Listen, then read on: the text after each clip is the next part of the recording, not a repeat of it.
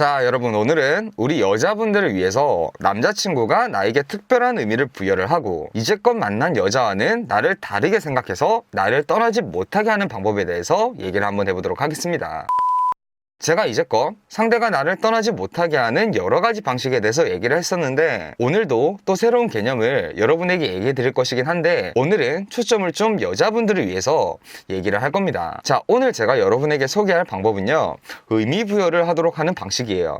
이것은 일종의 세뇌의 방식인데, 상대방과 내가 연애 중의 과정 중에서 특별한 의미를 나에게 부여하도록 만드는 겁니다. 자, 여러분 잘 생각해 보세요. 여러분이 헤어졌을 때, 힘들 때 우리가 어떤 생각을 해요? 진짜 우리가 힘들 때 우리는 그 사람의 의미에 대해서 생각을 합니다. 이 사람이 대체 나에게 어떤 의미를 가지고 있기에 이렇게 지금 이 이별이 힘들까? 이런 것들을 생각을 하죠. 내 첫사랑이라서 내가 오랫동안 누군가에게 애정을 주지 못하고 있다가 이 사람을 만나서 내가 누군가를 다시 애정할 수 있게 되어서 이런 생각들을 하게 되는 겁니다. 이런 생각을 하면서 그 사람을 더 특별하게 생각하고 내 삶에 다시 이런 사람을 만날 수가 없을 것 같으니까 우리가 더 힘들어지고 이런 이별의 과정들을 겪게 되는 거예요. 사실 진실을 얘기하면 이런 것이 항상 우리의 감정과 동일하게 참인 것은 아니에요. 실제로 객관적으로 이 사람이 특별한 것인가요? 아닙니다.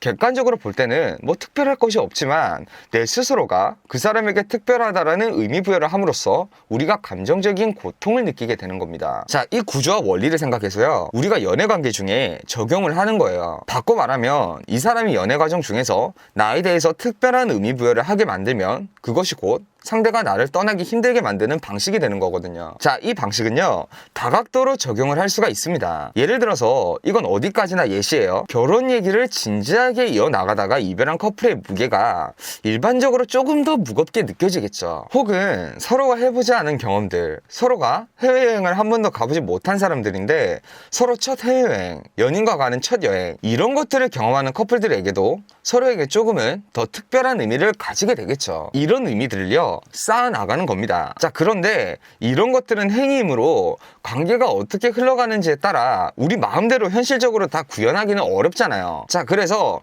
언어적으로도 상대방에게 이런 의미를 부여하게 만드는 방식이 있습니다. 연애를 하는 일반적인 과정 중에서 이 의미를 상대방에게 상기시켜서 일반적인 상황에서도 뭔가 상대방이 특별하게 인식을 하도록 만드는 거예요. 여기서 일반적으로 사용을 할 수 있는 게 연민을 느끼게 만드는 것이 있는데, 제가 과거에 말했었던 공이전 영상과 유사 맥락입니다. 상대방의 부성애를 자극을 하는 겁니다. 예를 들면 상대방이랑 우리가 고궁 데이트 같은 것들을 한다고 쳐요. 그럴 때 우리가 상대방한테 이렇게 얘기를 하는 겁니다. 남자친구랑 고궁 진짜 와보고 싶었는데 이제 와봤네. 이렇게 얘기를 하는데 표정은 미묘한 표정. 이 공간에 와서 좋기는 좋지만 뭔가 지난날에 서러움 같은 것들이 서려 있는 그런 표정 있죠. 이런 것들을 보면서 지금 남자는 현재 내가 사랑하는 사람이 이런 모습을 보이니까 내가 더 지켜주고 싶고 더 많은 것들을 보여주고 싶어지는 겁니다. 진짜 일상의 흔한 것들, 내가 좋아하는 음식인데 약간은 사람에 따라서 호불호가 갈릴 수 있는 그런 음식을 먹으면서 예전엔 이거 먹자 그러면 한 번도 같이 먹어주던 사람이 없었는데 넌 먹어주네? 고마워. 이런 식의 말들을 상대방에게 던져주는 거예요. 자, 그리고 또 다른 방식으로요,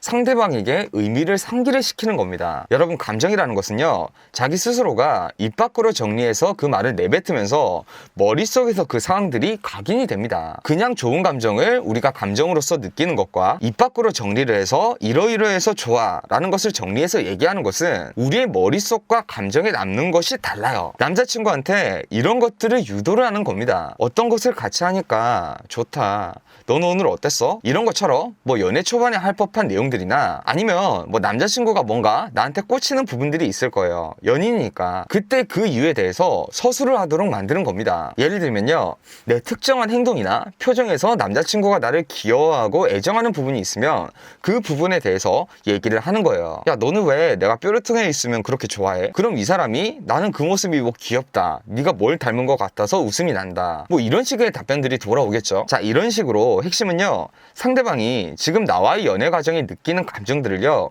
입 밖으로 정리해서 꺼내게 만드는 거예요. 자, 여러분, 오늘 남자가 나를 떠나지 못하게 하는 방법에 대해서 알아봤습니다. 의미라는 것은 우리가 어떻게 부여하는지에 따라서 천차만별이에요. 객관적으로 아무것도 아닌 상황에서도 특별하게 만들 수 있는 것이고요. 이것도 아주 중요한 여러분의 연애를 행복하게 만드는 연애 능력입니다. 자, 여러분, 오늘도 행복한 연애 하세요.